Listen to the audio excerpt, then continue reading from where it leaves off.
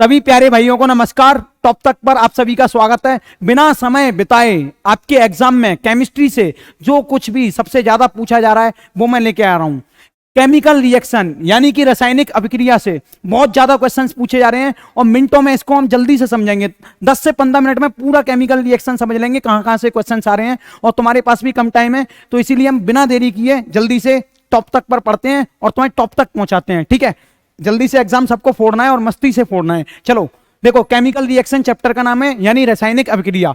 तो देखो इसमें क्या होता है, केमिकल रिएक्शन रासायनिक अभिक्रिया तुम सबने पढ़ा होगा। एनसीईआरटी की जो बुक होती है ना क्लास 10th की, वो पढ़ लेना, उसी में से इसके क्वेश्चंस आ रहे हैं बहुत ज्यादा। ठीक है, अब देखो कैरेक्टरिस्टिक ऑफ केमिकल रिएक्शन यानी कि रासायनिक अभिक्रिया को कैसे पहचाने। जैसे कि चेंज इन स्टेट, अवस्था में परिवर्तन। ठीक है, अवस्था में परिवर्तन जैसे कि हमने रिएक्शन की है ना, रिएक्शन में क्या है, सॉलिड से कोई भी चीज सॉलिड से लिक्विड में बदल जाती है ना, या कोई भी चीज लिक्विड से गैस में बदल जाती है। तो ये कौन सी हो गई, चेंज इन स्टेट, उसकी अवस्था में परिवर्तन हो गया। ठीक है, जैसे कि एग्जांपल ले लो, मेटल को जब मैं नाइट्रिक एसिड में डालता हूं, धातु को नाइट्रिक एसिड में डालता हूं तो उसमें से हाइड्रोजन गैस निकल जाती है। ठीक है, समझ में आ गई। तो बात यह है कि और मेटल उसमें घुल भी जाता है। ठीक है, तो उससे क्या समझ में आ रहा है तुमको, यहां पर उसकी अवस्था जो है चेंज हो गई है। चेंज इन कलर, रंग में भी परिवर्तन आ जाता है। ठीक है, रंग में भी परिवर्तन आ जाएगा तो भी रिएक्शन हो गई। ठीक है, यहां पे एक और चीज, evolution of a gas, gas का उत्सर्जन। गैस अगर निकल जाएगी, इवोल्यूशन हो जाएगा उसका। यानी गैस कौन कौन सी निकलती है, कार्बन डाइऑक्साइड निकलती है, हाइड्रोजन गैस निकलती है। ठीक है, और O2 ऑक्सीजन गैस भी निकलती है। तो हाइड्रोजन गैस कब निकलती है तुम लोगों को पता होगा और इंपोर्टेंट भी है, बार बार पूछा भी जा रहा है प्रश्नों में। जब भी हम किसी भी धातु का एसिड के संग रिएक्शन करवा देंगे, है ना, अभिक्रिया करवा देंगे तो हाइड्रोजन गैस निकलती है, ये तुम सबको पता होना चाहिए। अब चेंज इन टेम्परेचर, तापमान में भी बदलाव आएगा तो पता चल जाएगा कि रिएक्शन हो गई। ठीक है, चलो आगे देखते हैं। ये तो पता चल गया कि केमिकल रिएक्शंस को पहचाने कैसे। अब यहाँ पे देखो, कोई भी केमिकल रिएक्शन किस तरीके से लिखी जाती है। जैसे कि ये मान लो अपना कोई भी रिएक्टेंट है, इसको बोलेंगे रिएक्टेंट यानी अभिकारक। ठीक है, इसको बोलते हैं प्रोडक्ट, इससे जो मिलकर जो बनता है उसको हमने प्रोडक्ट बोल दिया। ठीक है, अब होता क्या है, जब A प्लस बी ये रिएक्ट करेंगे तो कुछ ना कुछ प्रोडक्ट आएंगे। ठीक है, अब यहां पर क्या होगा, कुछ ना कुछ एनर्जी, हीट, हीट कहते हैं इसको, हीट जो है निकलेगी। ठीक है, ऊर्जा कह लो। ठीक है, हीट इसमें से कुछ ना कुछ निकलेगी या फिर कुछ ना कुछ इसको रिएक्शन को कंप्लीट कराने के लिए हीट देनी पड़ेगी। जब हीट निकलती है तो उसको बोलते हैं एक्सोथर्मिक रिएक्शन यानी ऊष्माक्षेपीय, है ना, अभिक्रिया। और ऊष्मा शोषीय किसे बोलेंगे, जब हीट जो है देनी पड़ेगी, इसको इंग्लिश में बोलते हैं एंडोथर्मिक, एंडोथर्मिक यानी ऊष्मा शोषीय। तो इसमें होता क्या है, देखो ये मैंने लिख भी रखा है, delta H equal to ER minus EP। ठीक है, ये मेन पॉइंट तो यही है जो अभी बता दिए, ये मैं थोड़ा एक्स्ट्रा बता देता हूं अगर थोड़ा एडवांस पूछ लिया जाए तो। मान लो कि ये अपना कोई रिएक्टेंट है ना, यानी अभिकारक है। अभिकारक की एनर्जी ज्यादा है किससे, प्रोडक्ट से, तो पॉजिटिव हीट आएगी, हीट जो होगी पॉजिटिव होगी। ठीक है, सकारात्मक होगी। जब सकारात्मक होगी तो एक्सोथर्मिक रिएक्शन बोल देंगे उसको। एक्सोथर्मिक रिएक्शन यानी ऊष्माक्षेपीय अभिक्रिया, और एंडोथर्मिक रिएक्शन यानी ऊष्माशोषीय अभिक्रिया। ये कब होगी, जब ये नेगेटिव आ जाएगी, नेगेटिव। इसका मतलब ये हुआ कि हीट हमें देनी पड़ रही है, इसका मतलब ये हुआ हीट उसमें से निकल रही है। चलो जल्दी से आगे करते हैं। ये आपको एनसीईआरटी में बढ़िया तरीके से एक एक रिएक्शंस देख के जानी है। आपके 2-3 क्वेश्चन तो सही, आराम 2-3 बोल रहा हूँ, आराम से मतलब जितने भी क्वेश्चन आएंगे वो सब सही हो जाएंगे। ठीक है, इसके बाद एसिड बेस एंड सॉल्ट भी पढ़ेंगे। पहले यहाँ पे ध्यान दो, टाइप ऑफ रिएक्शन, रिएक्शन कितने प्रकार की होती है, अभिक्रिया कितने प्रकार की होती है। योगज अभिक्रिया यानी कॉम्बिनेशन रिएक्शन पहली होती है योगज। योगज में क्या होता है, कोई भी दो चीज जब मिल जाती हैं तो जो प्रोडक्ट में तीसरी चीज बनती है, दो चीजों को मिलने से तीसरी चीज बन रही है तो उसको बोल देंगे योगज अभिक्रिया। जैसे कि यहाँ कैल्शियम ऑक्साइड है और यहाँ पानी है, वाटर है। ठीक है, कैल्शियम ऑक्साइड को बोलते हैं हम बिना भुजा हुआ चूना। ठीक है, और इससे जो बनेगा उसको बोलेंगे हम कैल्शियम हाइड्रोक्साइड, और ये क्या होता है, भुजा हुआ चूना। ठीक है, तो ये रिएक्शन है, एक ये मिल गया एक ये मिल गया, प्रोडक्ट में मिलने के बाद रिएक्टेंट ये बना लिया इसने, कैल्शियम हाइड्रोक्साइड। ठीक है, इसको हम इंग्लिश में सिलेक्ट लाइन भी बोलते हैं। तो घबराना नहीं, इसके ऊपर क्वेश्चन पूछा गया है, मैंने इसीलिए ले रखा है ये। ठीक है, अब ये कार्बन है, ये ऑक्सीजन है, और कार्बन और ऑक्सीजन दोनों मिल जाएंगे तो क्या बनेगा, कार्बन डाइऑक्साइड। अच्छा, ये रिएक्शन भी बार बार आ रही है, इंपोर्टेंट रिएक्शन में से है, लेकिन घुमा घुमा के पूछेगा। पूछेगा कि अगर कोयला को जला देंगे यानी कोयला का कंबसन कर देंगे तो बताओ क्या निकलेगा, तब भी बताने के कार्बन डाइऑक्साइड निकलेगा, क्योंकि कोयला में होता है कार्बन, ठीक है, और ऑक्सीजन में वो जलेगा तो कार्बन डाइऑक्साइड निकलेगा। इसी तरीके से पूछ लेगा तुमको, कार्बन जला देंगे, कार्बन का कंबसन करेंगे तो बताओ क्या निकलेगा, ठीक है। तो बस यही है कि C+O2 इक्वल टू CO2। अब हम पढ़ेंगे डिसोसिएशन रिएक्शन यानी वियोजन अभिक्रिया। वियोजन अभिक्रिया में क्या होता है, देखो ये ना अभिक्रिया तीन तरीके से हो सकती है। एक तो होती है वैद्युत वियोजन से, एक होती है ऊष्मीय वियोजन, एक होती है प्रकाशीय वियोजन की वजह से। देखो वैद्युत वियोजन में क्या होता है, यानी पहले देखो, पहले वियोजन अभिक्रिया समझ लो एक बार, होता क्या है, जैसे कि इसमें ये NH3 है, ये दो भागों में टूट जा रहा है, N2 में और H2 में। इसका मतलब क्या हुआ, कोई भी रिएक्टेंट में एक चीज दे रखी होगी और वो दो भागों में टूट जाएगी, टूट चुकी है, तो उसी चीज को हम बोल देते हैं वियोजन अभिक्रिया यानी डिसोसिएशन रिएक्शन। डिसोसिएट का मतलब होता है टूटना, तो ये टूट चुकी है, NH3 दो भागों में टूट गया, N2 और H2। लेकिन टूटा कैसे, हीट देकर। तीन तरीके से तोड़े जा सकते हैं यहाँ पे, ठीक है, प्रोडक्ट रिएक्टेंट को तीन तरीके से तोड़ा जा सकता है। कैसे तोड़ेंगे, हीट देकर, ठीक है, इलेक्ट्रिसिटी देकर, ठीक है, और फोटोलाइसिस करा के यानी प्रकाश देकर, प्रकाशीय वियोजन की वजह से, ठीक है। तो देखो यहाँ पे देखो वैद्युत वियोजन से क्या बनता है, वैद्युत वियोजन किसमें होता है, जैसे कि पानी लिया तुमने, पानी को क्या कर दिया, इलेक्ट्रोलाइसिस करा दिया, उसका वैद्युत वियोजन करा दिया, तो होगा क्या, उसमें जो पानी है वो दो भागों में टूट जाएगा, हाइड्रोजन में और ऑक्सीजन में, हाइड्रोजन में और ऑक्सीजन में। इसी तरीके से पूछेगा, रिएक्शन लिख के दे देगा, चार अभिक्रियाएं लिख के दे देगा और पूछ लेगा तुमसे बताओ इसमें वियोजन अभिक्रिया कौन सी है, या फिर कह लेगा अगर ये वियोजन अभिक्रिया हुई है तो किसकी वजह से हुई है, ठीक है, इसमें कौन सा इलेक्ट्रोलाइसिस डिसोसिएशन हुआ है यानी वैद्युत वियोजन हुआ है, या हीट दी है तब हुआ है। तो ऐसे करके क्वेश्चन आए हुए हैं पहले, जब भी मैंने लिख रखे हैं यहाँ पे, ठीक है। तो 2H2O 2H2 + O2, यहाँ पे देखो अब ये वाटर है वो टूट गया दो भागों में, ठीक है, इलेक्ट्रोलाइसिस हो गया। इसी तरीके से NH3, ये NH3 दो भागों में टूट रहा था, अमोनिया N2 में और H2 में यानी नाइट्रोजन में और हाइड्रोजन में, उसको क्या कर रहा था मैं, जब हीट दे रहा था। इसी तरीके से थर्मोलाइसिस डिसोसिएशन में क्या होगा, देखो NH3 वाला पढ़ लिया ना, थर्मोलाइसिस का मतलब है हीट देना, किसी भी चीज को ऊर्जा देना, गर्म कर देना, ठीक है। प्रकाशीय में मतलब इसको इंग्लिश में बोलते हैं फोटोलाइसिस डिसोसिएशन, प्रकाशीय वियोजन। और प्रकाशीय वियोजन का एग्जांपल देखो AgBr, और इसको मैंने प्रकाश दे दिया तो ये Ag पॉजिटिव और Br नेगेटिव में टूट गया, ठीक है। तो इस तरीके की रिएक्शन तुम्हें पता होनी चाहिए, NCERT में दे रखी है, पढ़ लेना एक बार, भर के आ रही है इस बार पेपर में, भर के, ठीक है। अब यहाँ पे देखो डिस्प्लेसमेंट रिएक्शन यानी विस्थापन अभिक्रिया, डिस्प्लेसमेंट रिएक्शन को बोलते हैं विस्थापन अभिक्रिया। विस्थापन अभिक्रिया में तुम्हें दो चीज देखनी होती है, मेटल जो हम यूज कर रहे हैं उसको वो कितना रिएक्टिव है, जो धातु हम इस्तेमाल कर रहे हैं वो कितना रिएक्टिव है, ठीक है, मोर रिएक्टिव है या लीस्ट रिएक्टिव है, ठीक है। ये रिएक्टिविटी की सीरीज है, तुम्हें पता होनी चाहिए। मोर रिएक्टिव क्या करेगा, दूसरे को खिसका देगा, कौन से को खिसका देगा, दूसरे को, जो कि लीस्ट रिएक्टिव होगा, जो कि कम क्रियाशील होगा। मोर रिएक्टिव का मतलब है ज्यादा क्रियाशील, लीस्ट रिएक्टिव का मतलब है कम क्रियाशील, ठीक है। अब होगा क्या, ज्यादा क्रियाशील वाले कम क्रियाशील वालों को रिप्लेस कर देते हैं। तो इस रिएक्शन को करने के लिए टेबल याद होनी चाहिए, इसको याद कराता हूं मैं जल्दी से। देखो पोटेशियम, सोडियम, कैल्शियम, मैग्नीशियम, देखो ऊपर से नीचे आ रहा हूं ना, तो अधिक से कम की तरफ आ रहा हूं, मतलब ये ऊपर वाले अधिक क्रियाशील हैं, फिर इससे नीचे वाला इससे कम है, इससे नीचे वाला इससे कम है, ठीक है। तो अधिक से कम की तरफ चलते हैं। Potassium, sodium, calcium, magnesium, aluminium, zinc, iron, lead, hydrogen, copper, mercury, silver, gold, ठीक है।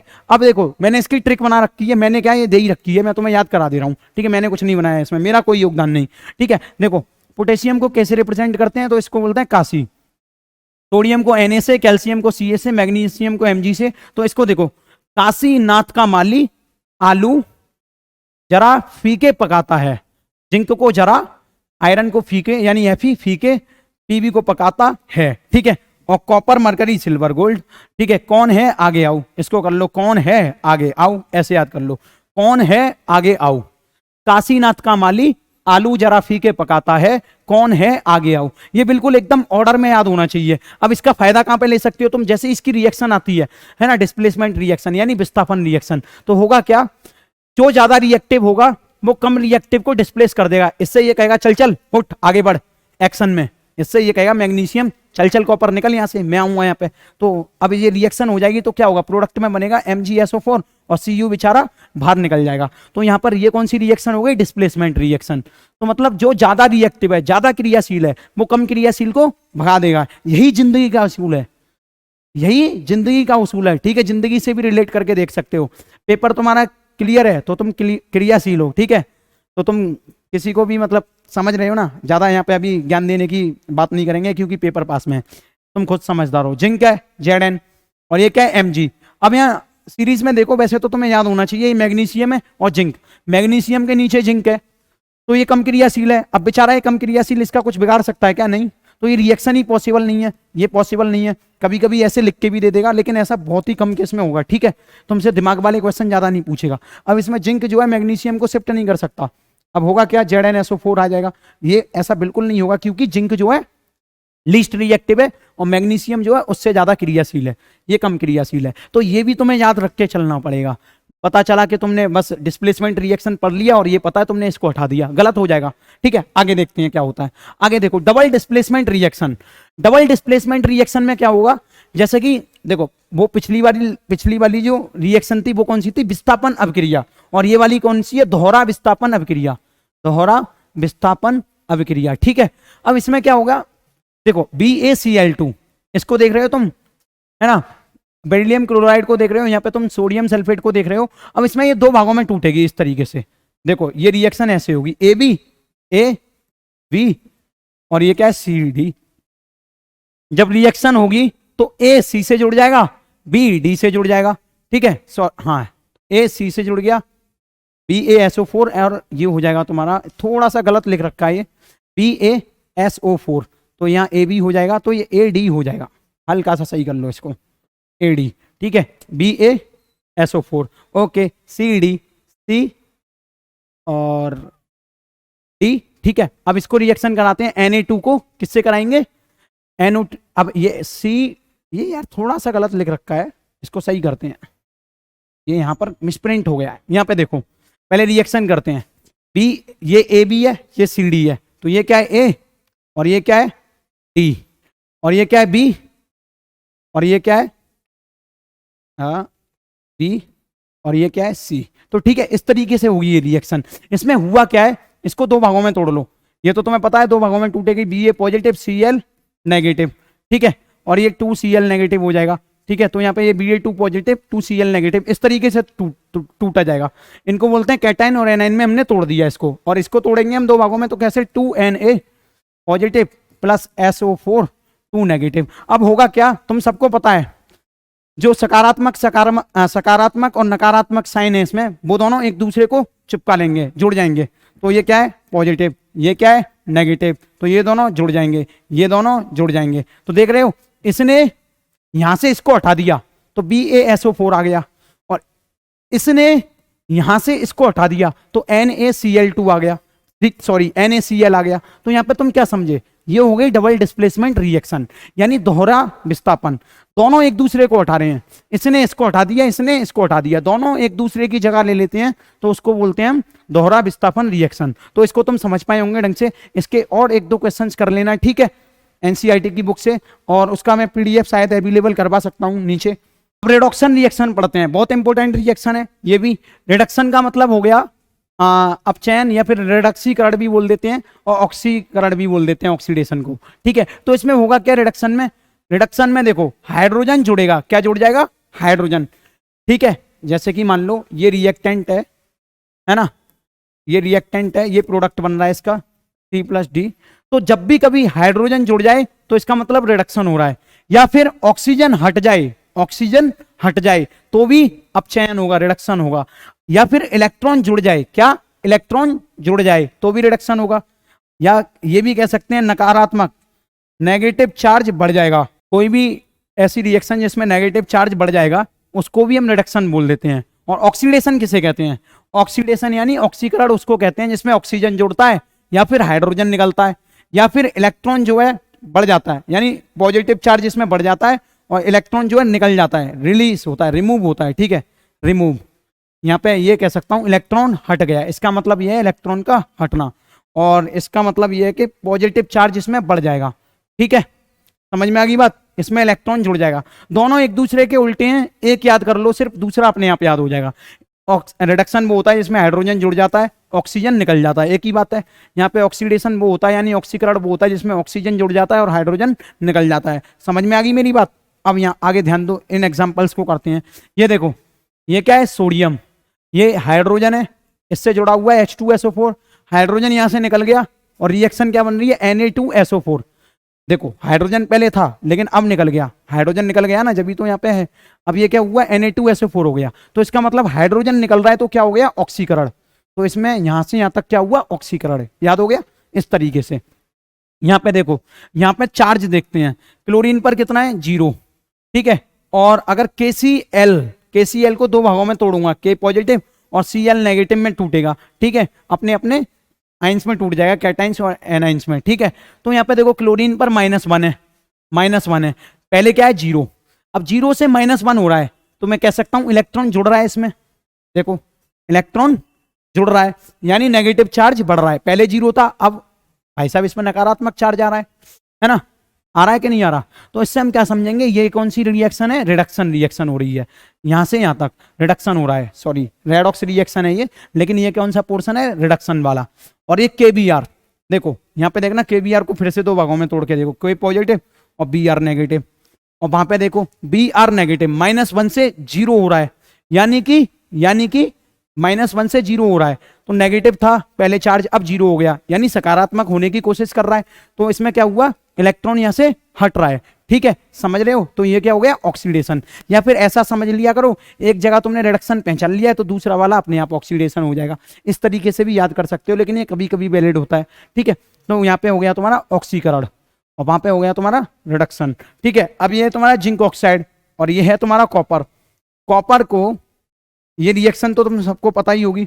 अब ZnO से ये रिएक्शन देख लो, ZnO से क्या हो रहा है, ऑक्सीजन जो है हट रहा है, यहाँ से ऑक्सीजन हट चुका है भाई साहब, तो अब क्या बन रहा है, जिंक। अब ऑक्सीजन हट रहा है तो वहां पे क्या होगा, रिडक्शन, रिडक्शन हो रहा है, ऑक्सीजन हट रहा है। ध्यान दो, कॉपर है, कॉपर में क्या है, ऑक्सीजन जुड़ गया तो ऑक्सीडेशन। तो इस तरीके के इसमें एग्जाम्पल आते हैं, क्वेश्चन आ रहे हैं, ठीक है, बढ़िया तरीके से, भयानक तरीके से करते रहूं। अब पढ़ते हैं बैलेंसिंग स्टेप। अब बैलेंस कैसे करते हैं रिएक्शन, इसको बोलते हैं, कोई भी तुम्हारी अभिक्रिया है, अभिक्रिया को कैसे बैलेंस करेंगे, है ना। अब एक बात बताओ, ये Fe है, ये H2 है, मन क्या रहा है, Fe3O4, क्या एक Fe से 3 Fe बन जाएंगे, बिल्कुल नहीं बनेंगे। तो उसके लिए क्या करना पड़ेगा, हमें ऐसे बैलेंस करना पड़ेगा। तो यहाँ पे लिख दूंगा मैं 3Fe प्लस H2O। पहले स्टेप देखो, स्टेप सुनो कैसे बैलेंस करते हैं किसी भी अभिक्रिया को। पहले मेटल को बैलेंस करेंगे, फिर नॉन मेटल को, फिर ऑक्सीजन को, फिर हाइड्रोजन को। Metal, non metal, oxygen, hydrogen. Metal यानी धातु, नॉन मेटल यानी अधातु, ऑक्सीजन और हाइड्रोजन। धातु, अधातु, ऑक्सीजन, हाइड्रोजन, ठीक है। तो पहले यहाँ पे मेटल बैलेंस कर दिया मैंने। अब किसकी बारी है, नॉन मेटल। चलो ऑक्सीजन को बैलेंस करते हैं, नॉन मेटल है यहाँ पे, ठीक है नहीं, डायरेक्ट ऑक्सीजन और हाइड्रोजन को बैलेंस करते हैं। तो ऑक्सीजन को बैलेंस करो, कितना हो रहा है, यहाँ पे कितना है, 4, ठीक है, और यहाँ पे कितना है, 1।